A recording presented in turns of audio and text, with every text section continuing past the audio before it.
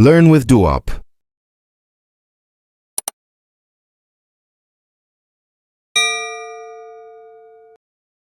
Welcome back to Learn with Duop. I hope Malbain Kun, Yobaya, Ray Gunali Alrienton, Ray Unbus in the Alrienton. So I hope what you on the Alchi work, Guaka, yeah, Kai Hobone, on it in one yamo, Biakalaragua, boast in Cornish corning a guama, man among the corning egg. So, Chilada Telbok and indicate my feedback, the chair Jack Rizal can go to again. Chikawa. So I'm glad to help, naga tell other long ko termolokani ka gwa long, okay, gwa long. So comment no kun go kana keep motivated kaja kana ko ba video ni chet ketri bakalat, okay, jaga ko ba video ni chet ketri bakalat. So wala chalu job ke chapter 6, okay, your personality dung psychology. Okay, before kan kono ka jan chapter me de lang ko bia de lang ko mikaran subscribe okay, to our channel ka kwa share ka your friend ko ndial ten kono kan channel me kan ngana jak. So chapter me ne bawon ko baja ko ba parkel la de chi kuye dan boten ga pet ka bawon ba ko de ja ko da choblo dundi de, okay, bawon ko de ja ko da choblo dundi. So re chapter me ban meaning of personality dan ban which, okay, bana theories in personality, bana which theory to bana which mutual psychoanalytic theory, mutual trait theory, mutual humanistic theory. So kan theory bana which pin unit na bana, okay. So on rate unit me michira to kwaja expect ko di personality di define personality mo kwaja expect bako di nature of psychoanalytic theory bo di discuss, okay. So rate bo kwaja expect ko di structure of personality di ka identify.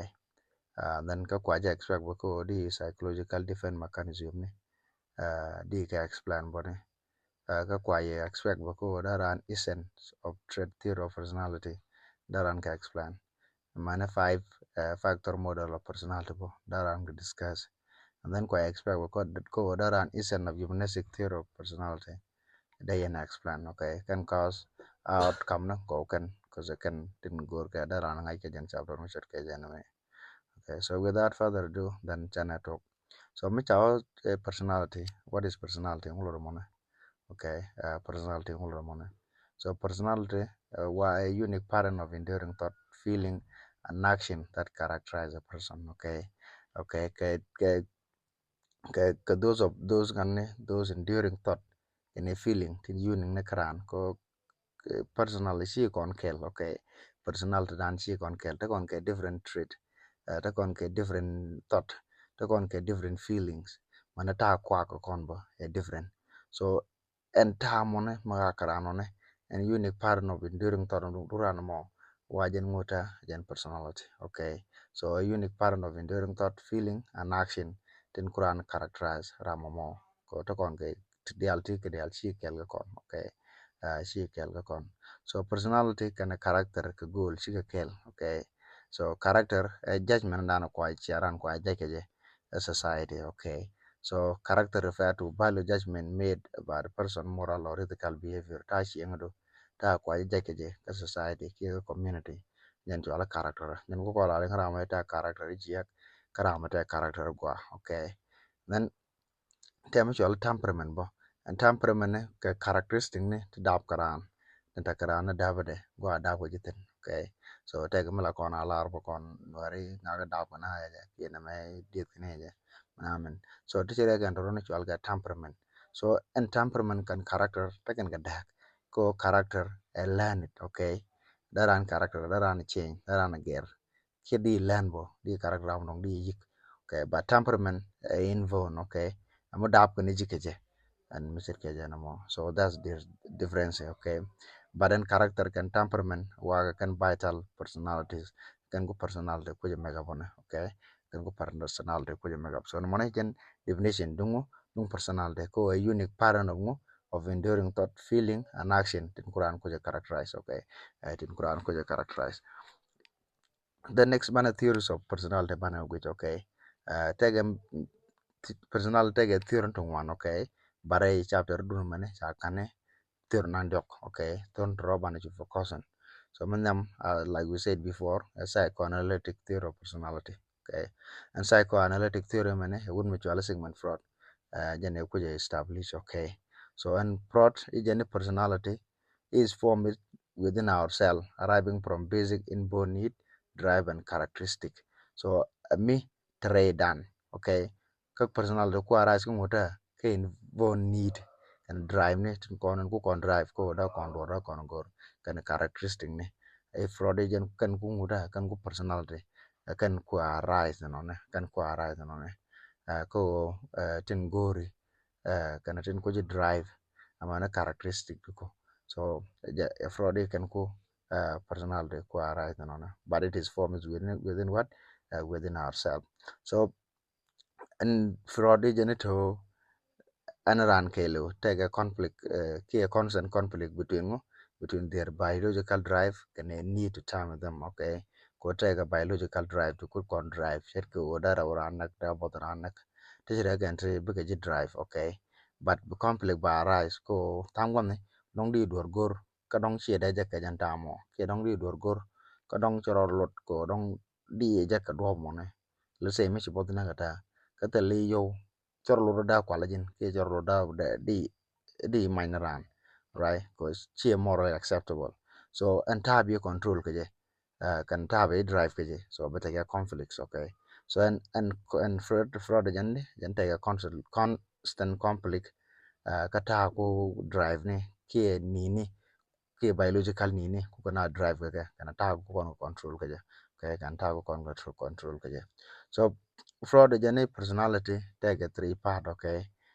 Take a three part and three part to ku develop ka different stage life kada kan ka different function, okay. Ta kan ka different function. So kan three part to ne ta ku kan interact kaje kake kana ndiok if fraud agent kung lelda agent ko personality dan jan ko determine ne, okay. Jan ko personal dan ko determine ne. So far them mutual hit, okay. Hit mene and conscious kai moral ke amoral, okay. Mulo no care kamandan men la acceptable ka community ka care ko nguda jia go nguda ta mona. So unconscious mostly long la le ri telecon judgment ke telecon control gaje, okay. So and uh, something mu ko exist at best, okay, go adapt with it teten yan ko kon ga tien la nen ran wi bang chang goro dor chang me dong cha da jak be wi, okay, because quite drive a hit ko it simply go no pleasure, okay. So go no pleasure. So and hit mane ajan ko all the base biological drive that ka hunger thirst sex aggression ajan ko lele kan ko content on, okay. Ki ajan ko taken ga jamone, okay. So the simple principle ke de wodi if it feel good do it no matter what boy any de wal chabe any didi simple me jak lo du ka tet ki go akaji lele je na mo bas. So ajan principle ke de no mone. So kan drive ni tri tet ke hungry thirst ni kan six ni aggression tri. So Michigan active if they are active, okay. Laran cha feel like tige almost tension michi ma physical only man psychological tension bo rise, okay.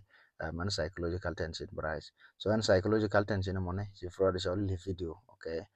Si fraud is only video. So libido mo simply mo instinctual energy that may come into conflict with the demand the society standard for behavior, okay.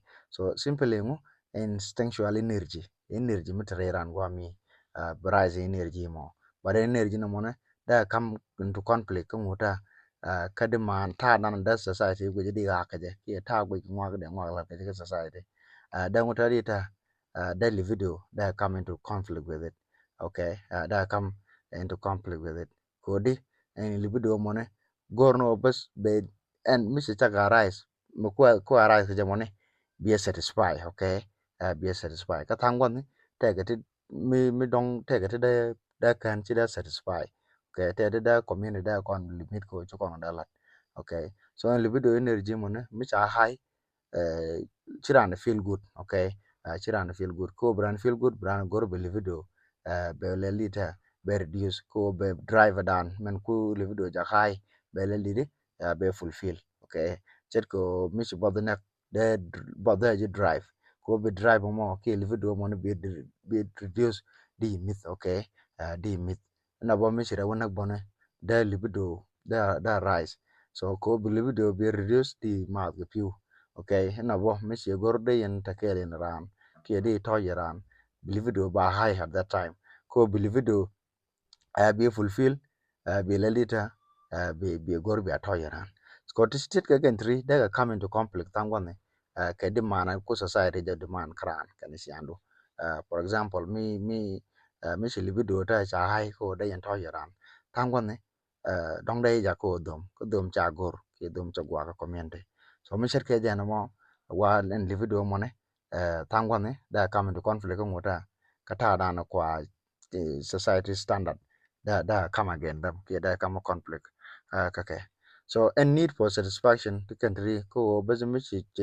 libido mi rise ki mi dit ko satisfy chol Freud pleasure principle, okay, pleasure principle, so and pleasure principle mo no immediate satisfaction of need without regard for the consequence, bez wo sample mi duor chi gor be fulfill, okay, ke be satisfy si care ko consequent te didi, so no mo chwala mo chwala pleasure principle ko you are doing it only for your pleasure, you don't care be na budi si care to run mo bo be object no, okay, si care of run mo be object no, so when pleasure principle mo ne what they sum up like this, if it feel good just do it, okay, as long as jaglo do ka tet ki gwa ka ji lele jabat, so no mo wa jen pleasure principle, immediate satisfaction of need with no regard for consequence, okay, so part of the mutual ego mane ajwa jen the executive director, okay,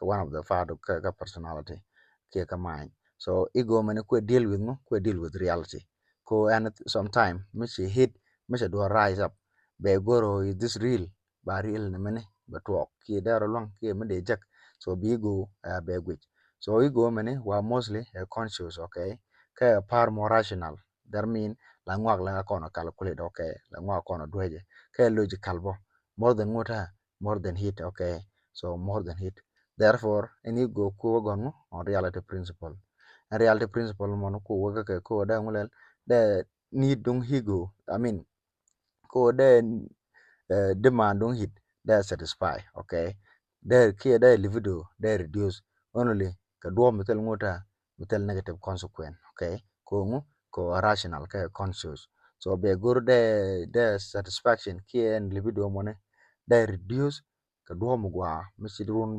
michi consequence ji michi da wono, okay, ko di ko wagon reality principle ka logical ki rational, okay, namane haja ni go, so when you go mane la to wena ber michi tangwan michi go deal ke reality ke michi kwa chi ngaje ma chi ngaje whatsapp ngutu ogo bi ngukul tare bi go bokolo lat ko michi ngaje michi chup ka stage mo bi ngaje tangwan te ka te ta da long fulfill ka te de fulfill ka tangwan de ngaje na me da li to mi je ka na da li to mo go, so bi go be develop, so part of the michi ala sufari go Superego is basically moral, okay, kwe deal ka morality, okay, kwe deal ka ta danen takanaka society, what is moral right, then kwe deal ka jamana.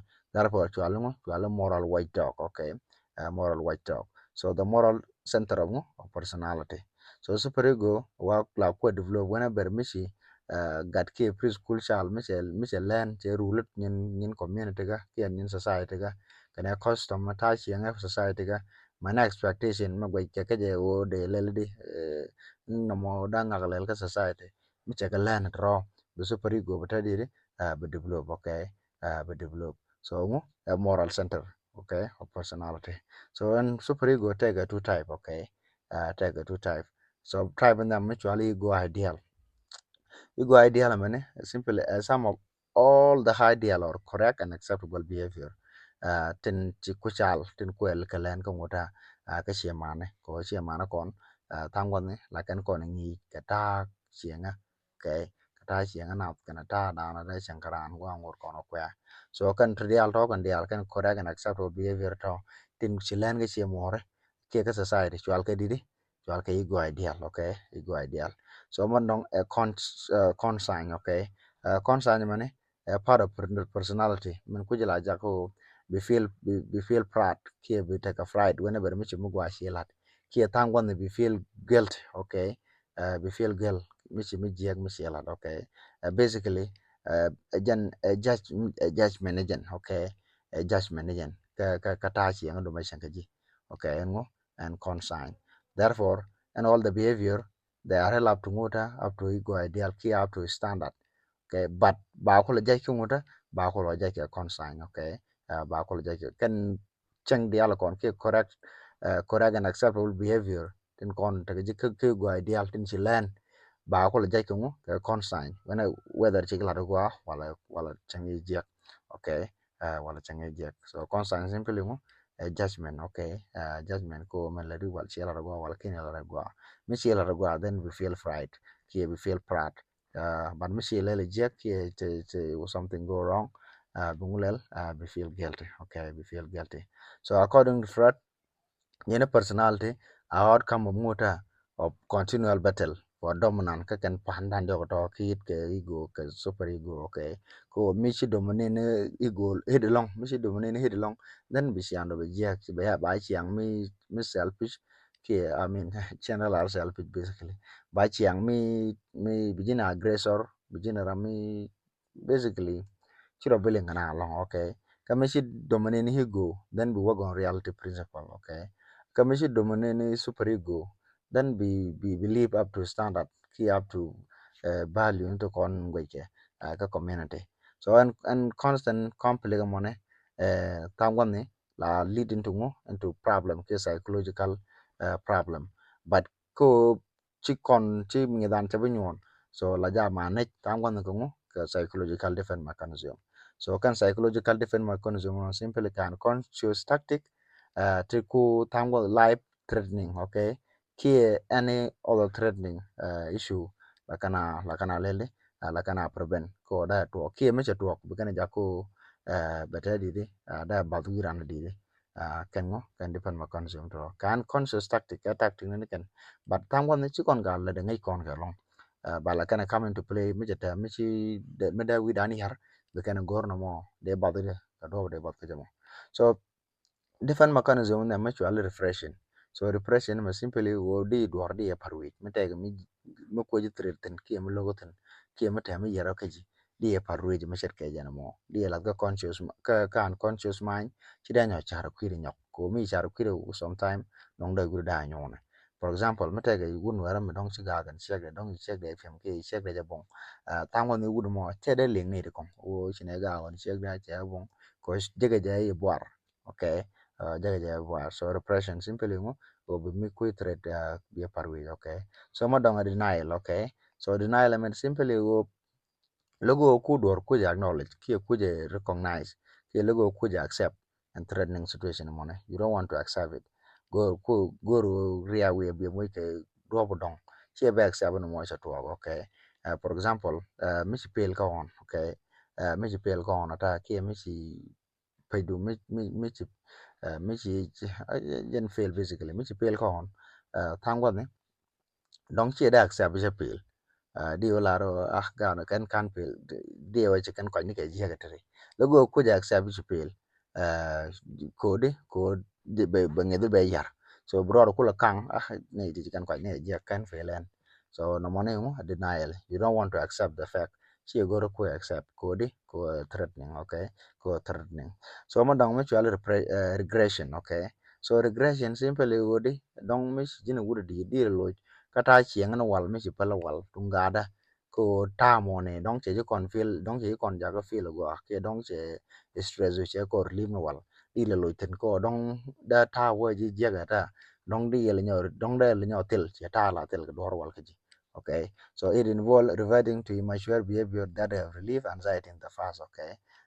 Tango the mission chemita mission stress mission take stress dong di le we sera gan motot ko dong la jagi no wal to we la to stress, okay. So no one much regression simply mo below kata chi ngam wal mi dong chi kon ja gwa no wal, okay. Mangwan den mutual rationalism, okay. kia rationalization. Okay, so rationalization simply wo biro mo ke reason mo tong mila chi acceptable. Okay, kata ka me chuwa je ka jimo mete me chuwa je biro mo reason mo dong be mi biro ko gang ko chimo chuwa je ko che tel ba yar ka ji. For example, me dong mi chi grade mi je che je kata re dwel goro lo kin grade mo ga je dong di wala ro to chi di ni grade na da to di ni ma ngai ran do ma tran ke knowledge ajen di do ne.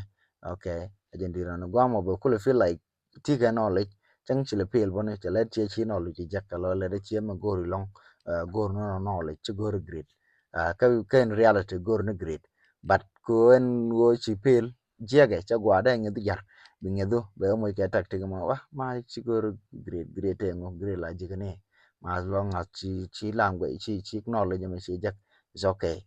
So no mo chwala rationalization will be what can reason but all mo reason mo dong chi ma jan mo to okay. So mo dong mo chwala displacement. So displacement man simply wo mo dong mo ta garam sia gwa dong mo ta garam sia ga ka ta ka dong ra mo dong gu je de je tiam ki dong de je le li di bi pel bil ga ga mo ne bi o ke ra mo dong bi nang wi ra mo dong mi dong mi gu ji lo ra mo di la pim ki di le li di. So mo ne chwala displacement. Okay, chwala displacement for example mi te ga che ga ta mi ga kan so ro mi che ga je du mi cho de je du la ta go long yo mi chi so ga kan cho de yo ba ga do go pat ki go ku ko ngai ja ga ti kan kore bolong. So no one displacement tera ma sia gwat biyo ka wira mo dong.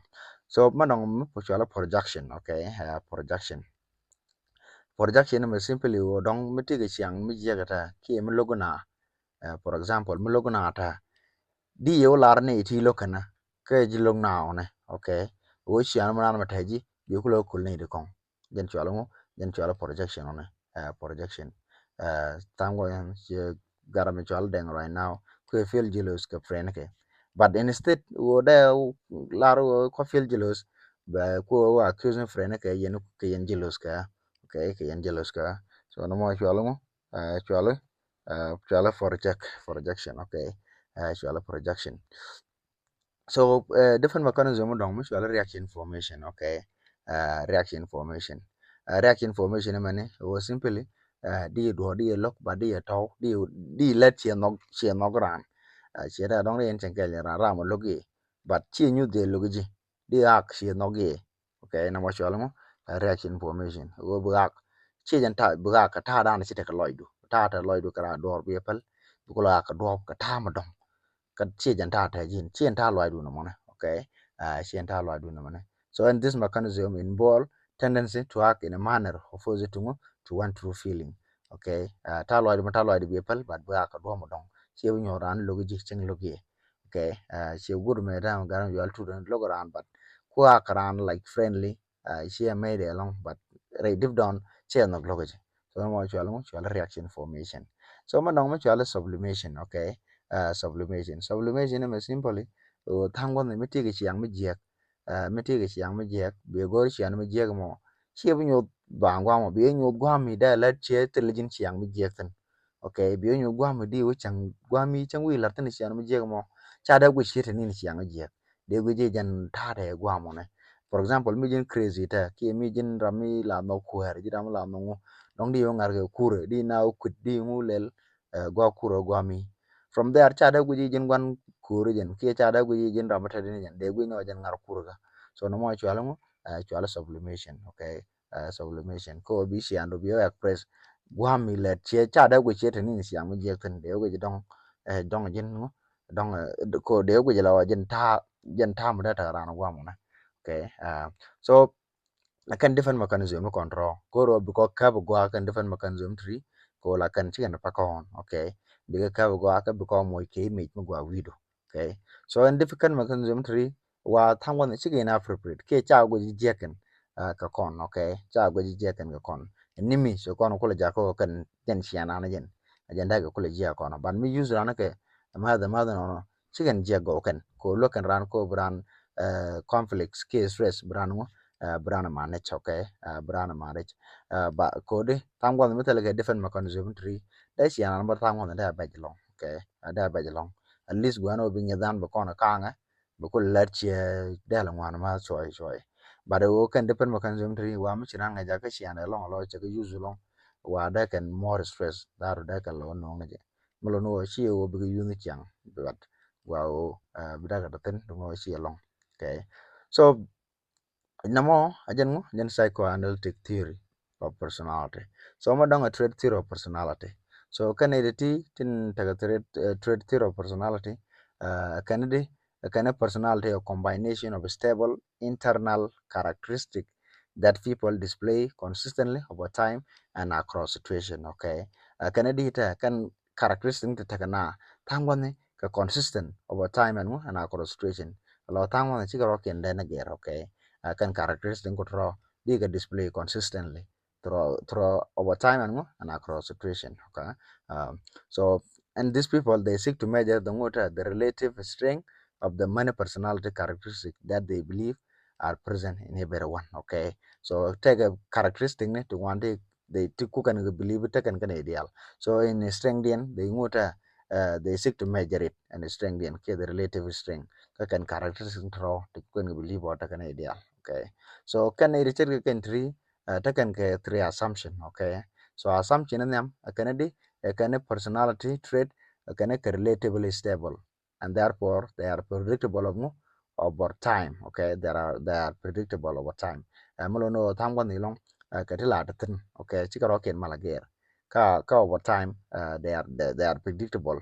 Okay, ajan tangwan ni la joje de ran de ngaji to ngak me da akadi ki na ngak me la chenge didi ko stable across time. So assumption draw de can personal trait they are relatively stable across situation. Okay, across situation. So the mane janta dong there and in predictable way ko ngota ka many different situation. So mi jira mi sia dear ka situation no one di kan sia dear bo di nyin ko le ma ko di ko kan ngo ko kan trend ro no ko ngota relatively stable across the time. So assumption the audience can people who draw who could differ in how much of particular personal trait they possess. Okay, can it tana ke different trait. Okay, tana ke different trait tana the get one thing and na the get tiani ka kan trend ro chi the same ke different. Okay, ke different amolo no teller nero that ke exactly the same trade. Okay, big well. Okay, tram ga train ga tram ga train. Okay, so tro ka tra assumption ko ngota kakan ne take a theory of personality. Okay, any story doing theory of personality to come through different stage through many stage but ray dun wa me ka jan bugru me ko deal ga me chal ngo five factor model ki big five trait theory.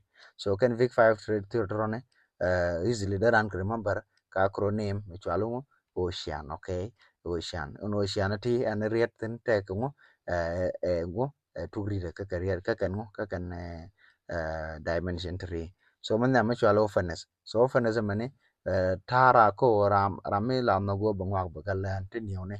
Okay, ramala no go betinio bagalan. So no mono wa ramone chute ko openness. Okay, so ne ti ramishi ya ramala ya goro be kimni shi anama wanche goro da mudnio da lan wa ramonda ngota da is scoreless ko openness mishi ya gori bidwar bi lan wadi di scoreless ko co-openness. Okay, co-openness. So mo dong mo chwale conscientiousness. Okay, conscientiousness mane wa fara kata organization na kono motivation do ko tangwa na mate kama lalke dai jaga la ready kadi yelel kadi ta motivation ko di yelel on time mo chet ke jena mo wa ne to kono dai score ai kane to kono la gor dong daran chop mate ka gwa cha organize mate ka meeting mate ka ngo any celebration ki ane gwa dong de lelo ne to ne la gor dong daran chop gwa mo on time. uh, careful. Okay, about being in place on time ne to wa ko wa da kan score ngora da kan score ai ko ko conscientiousness ko a personal organization and and motivation but wara mi tango na mala lead camera mi mala chu got important social event kan rami la mal re an time mala no gwale ni nap ne to wa da kan multa da kan score less. Okay, kilo ko ka conscientiousness. So mo dong mo chola extra virgin. So under chola extra virgin mane why it was first used by Carl Jung. Okay, so and Carl Jung kwe believe ngota kwe believe people could be divided into two personality type. Tek ne te ne relax trabene kan ne la intro bene. So ne relax trabene kan ne kon la male, tila mala met kana tila jel kana kel kadong nok ran wo bolo mong bolo kairar bong lel ne ro chal ga extrovert. But the jen ta tanal bo ke introvert ro kene di la nong no budong bran ta gware ko ara chiran go ra center of attention. So ne to chal ka ngo chal ka introvert ne chika social bol chikan ta kuna no chikan jal kel kana no la ran ngo da ta gware ko ara. So chal ka ngo introvert. Okay, introvert. So dimension one in mutual agreeableness, okay. Agreeableness. Agreeableness I mean simply paragata ran ko dita mijiram la agree kana mijiram easy going la mal mat kana la mal jine friend kana kati ke chiang mugwa mago di changana kel ko wajin agreeableness ram cher ke jana mo wada is score high ke jen dimension mane but ram mudi mla ta ko muni chiang china yetara mita ke ta da mo dong chiang mi chiro lot wane to ramchila mal merkana chimala get along ke people wada is score ngora de score lo ko ka jan diamond chelo chola agreeableness. So dimension di den mutual neuroticism, okay.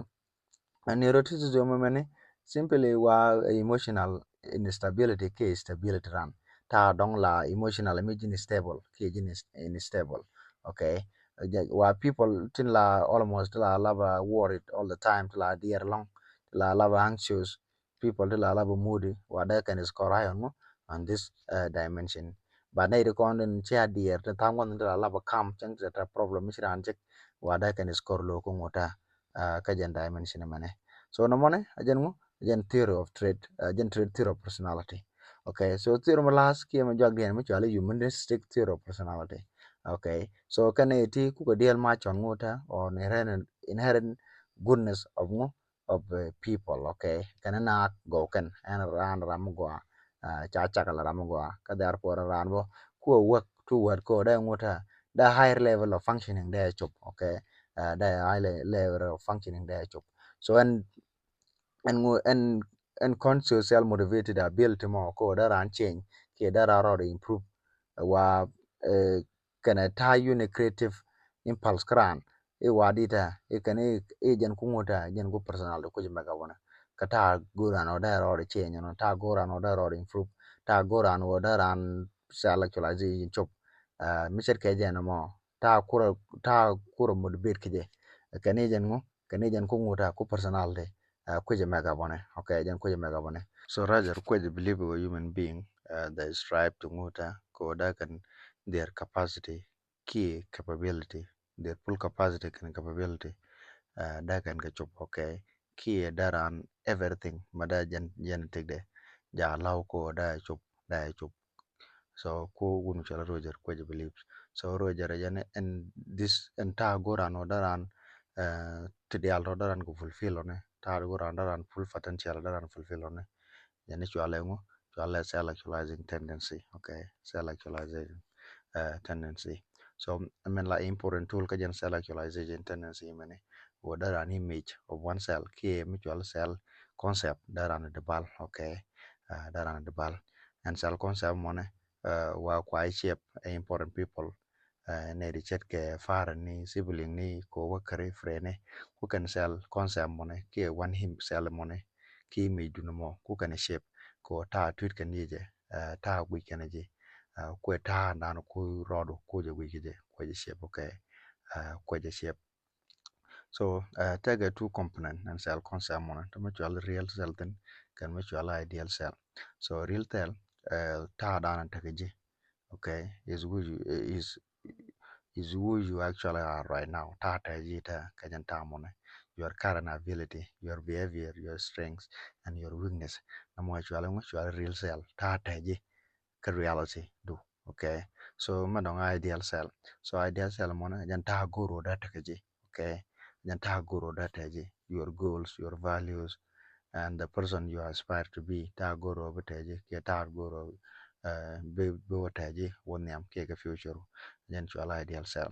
So the ideal cell were primarily began beka beka important people, okay, chet ke faren okay ko kala kon chumone gwa ngora na ko ya bai chum baji encourage ko dub dial baji encourage jamone okay baji chum baji nyot to dial kon da go ji da gwa ji siandu ma wadi o gwa antiniam so bany hodi therefore an ideal cell primarily come bega ngane bega those important people ke significant other chet ke fara ne kana ne kon tin tiya ke ji okay tin tiya ke ji so reja ba kwe believe wo and me real cell kana ideal cell me ke very close la ran feel confident ke capable ko da yan do goro da la okay but can rawtini and real cell kana ideal cell me take a mismatch okay ke me chi ke tiek okay la anxiety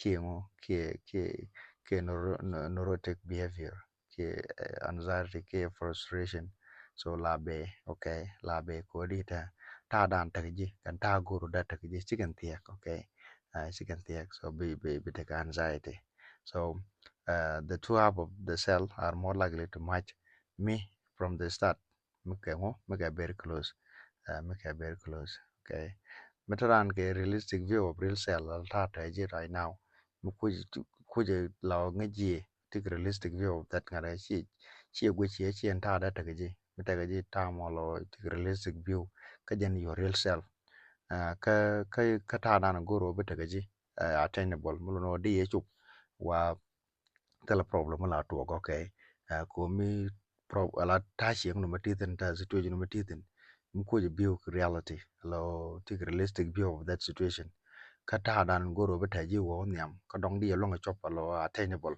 lo ro da chop wa tele muta tele problem of mismatch okay ke tele mismatch me that work okay but me take a distorted view ka ta ji ta me chi accept lo chi no go ta me jan ta mo je ro ti nyal ka dong chi nyal wa na mo ne me te tin ke ji ka dong ta goro da ta ke ji dong chia da long chop ke impossible to attain then la problem la be okay la problem la be so roger jenedi jene mo ko na kan conditional positive regard love affection can respect tele string mi ko na attach ke tele mi gor ko na kene to simply kam ko na ya bangan positive unconditional positive regard mo without anything in return wa na mo da na ran ja ko da ran tade da ran full potential daran wala lita daran explore ke daran ship so and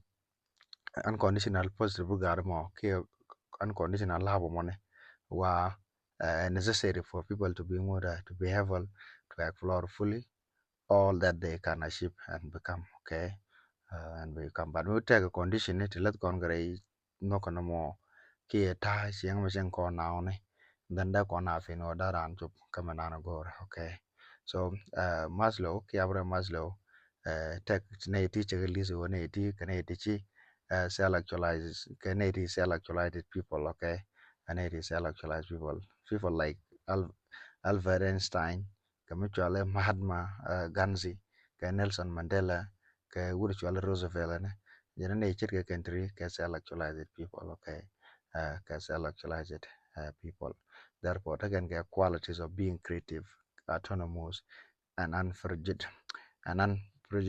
okay kana isha control but ka ro your view da guji ne ri ke entry kana ri ro can trust okay kana ri the true feeling and innermost need to trust rather than going along with manano gorna ne ri kong okay ne ri can draw guji da ro jero guji kadi kana ri their innermost feeling you gonna trust okay you gonna trust shima ogur kana crowd bang okay shima ogur kana crowd bang so Mr. Kajan mo ajan humanistic theory of personality mulono de ko focus more on na ke kanere go na therefore na ra le de ko be full potential be achieve man gor kana bes gor kana da ko no yan conditioned positive regard love and affection ko da kan te dialo ko no goran da ran go achieve okay so namone jan talk chapter sigadan okay do personality thank you coach ya with this part thank you bo coach in fish yani she ali for so long okay ci loy da chatet don't forget to subscribe ka kwa share yana manukun ten kong no kono kan video majek next time bana disorder bana banen until then bye, thank you.